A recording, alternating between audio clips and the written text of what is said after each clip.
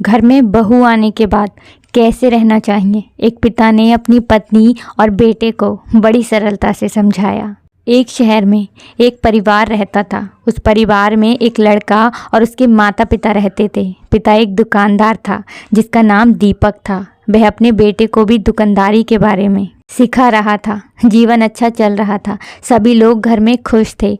एक दिन लड़के के लिए एक रिश्ता आया और दीपक ने सोचा कि अब अपने लड़के का विवाह कर देना चाहिए। अब हमारा लड़का दुकानदारी भी अच्छे से जान गया है और उसे काम करने में भी कोई परेशानी नहीं होगी।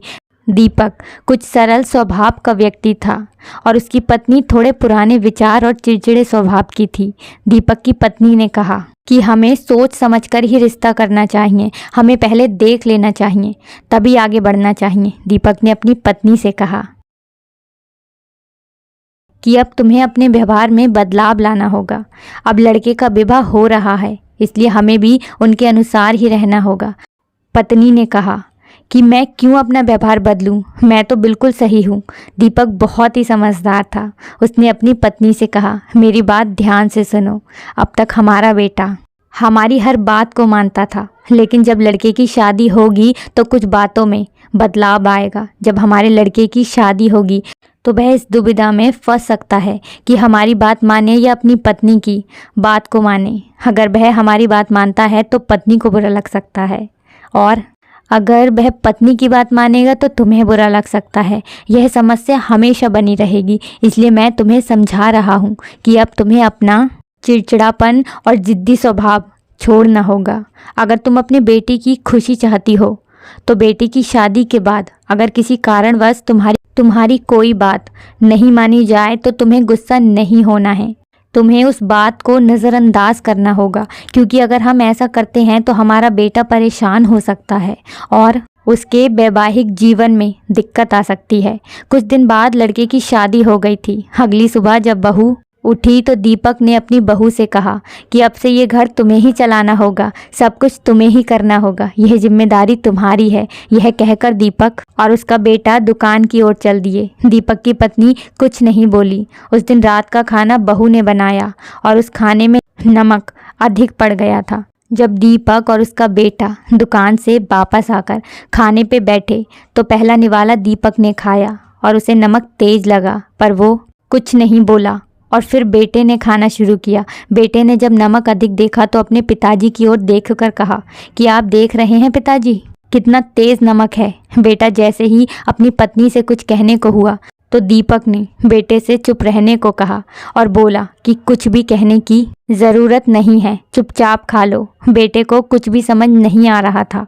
तभी पत्नी ने जब खाना खाया तो वह भी कुछ बोलने वाली थी तो दीपक ने उसे भी कुछ बोलने से मना कर दिया। जब खाना समाप्त हो गया तो सभी लोग खड़े हो गए और दीपक बाहर टहलने चला गया। पिताजी के पीछे लड़का भी चला गया और पिताजी से पूछा कि आपने आज इतना अधिक नमक का खाना क्यों खाया। पिताजी ने कहा कि तुम्हें भी यह सोचना चाहिए कि अगर तुम सबके सामने अपनी पत्नी को बुलाकर उसके खाने में कमी निकालते तो उसे कितना बुरा लगता। हो सकता है कि जल्दीबाजी में ऐसा हो गया हो, और अगर तुम्हें कुछ कहना ही है तो उसे अकेले में समझाओ, इससे उसे बुरा भी नहीं लगेगा। और बोले, बेटा वो तुम्हारी पत्नी है, वो अपना घर छोड़कर तुम्हारे भरोसे ही तो इस घर में आई है। अगर तुम ही उसका साथ नहीं दोगे तो कौन देगा। तुम्हें अब अपनी गृहस्थी बड़े देख कर चलानी होगी। बेटे को पिता की बात समझ आ गई थी। आखिर में जब लड़के की पत्नी ने खाना खाया तो उसे भी पता चल गया कि खाने में नमक तेज है। तो उसने सुबह उठकर सबसे कहा कि मुझे माफ़ करना, रात को मैंने खाने में अधिक नमक डाल दिया था। पिताजी ने कहा कि इसमें तुम्हारी कोई भी गलती नहीं है, ऐसी गलती तो किसी से भी हो सकती है। बेटे की पत्नी के माफ़ी मांगने के बाद दीपक की पत्नी ने सोचा, आगे से मैं भी बहू को कुछ नहीं कहूँगी, उसे हमेशा प्यार से ही समझाया करूँगी। अगर शायद मैं बहू को कुछ कहती तो बात बिगड़ भी सकती थी। इसके बाद दीपक की पत्नी भी अपने चिड़चिड़े स्वभाव में सुधार लाई। दोस्तों, ये कहानी आज हमें ये सिखाती है कि अगर हम घर परिवार में छोटी मोटी बातों को इग्नोर कर देते हैं और एक दूसरे को हमेशा समझते हैं तो उससे ज़िंदगी बहुत आसान हो जाती है। अगर आपको हमारी ये कहानी अच्छी लगी हो तो प्लीज़ हमारी इस वीडियो को शेयर करें, और अगर आपने हमारे चैनल को अब तक सब्सक्राइब नहीं किया तो प्लीज़ हमारे चैनल को सब्सक्राइब करें।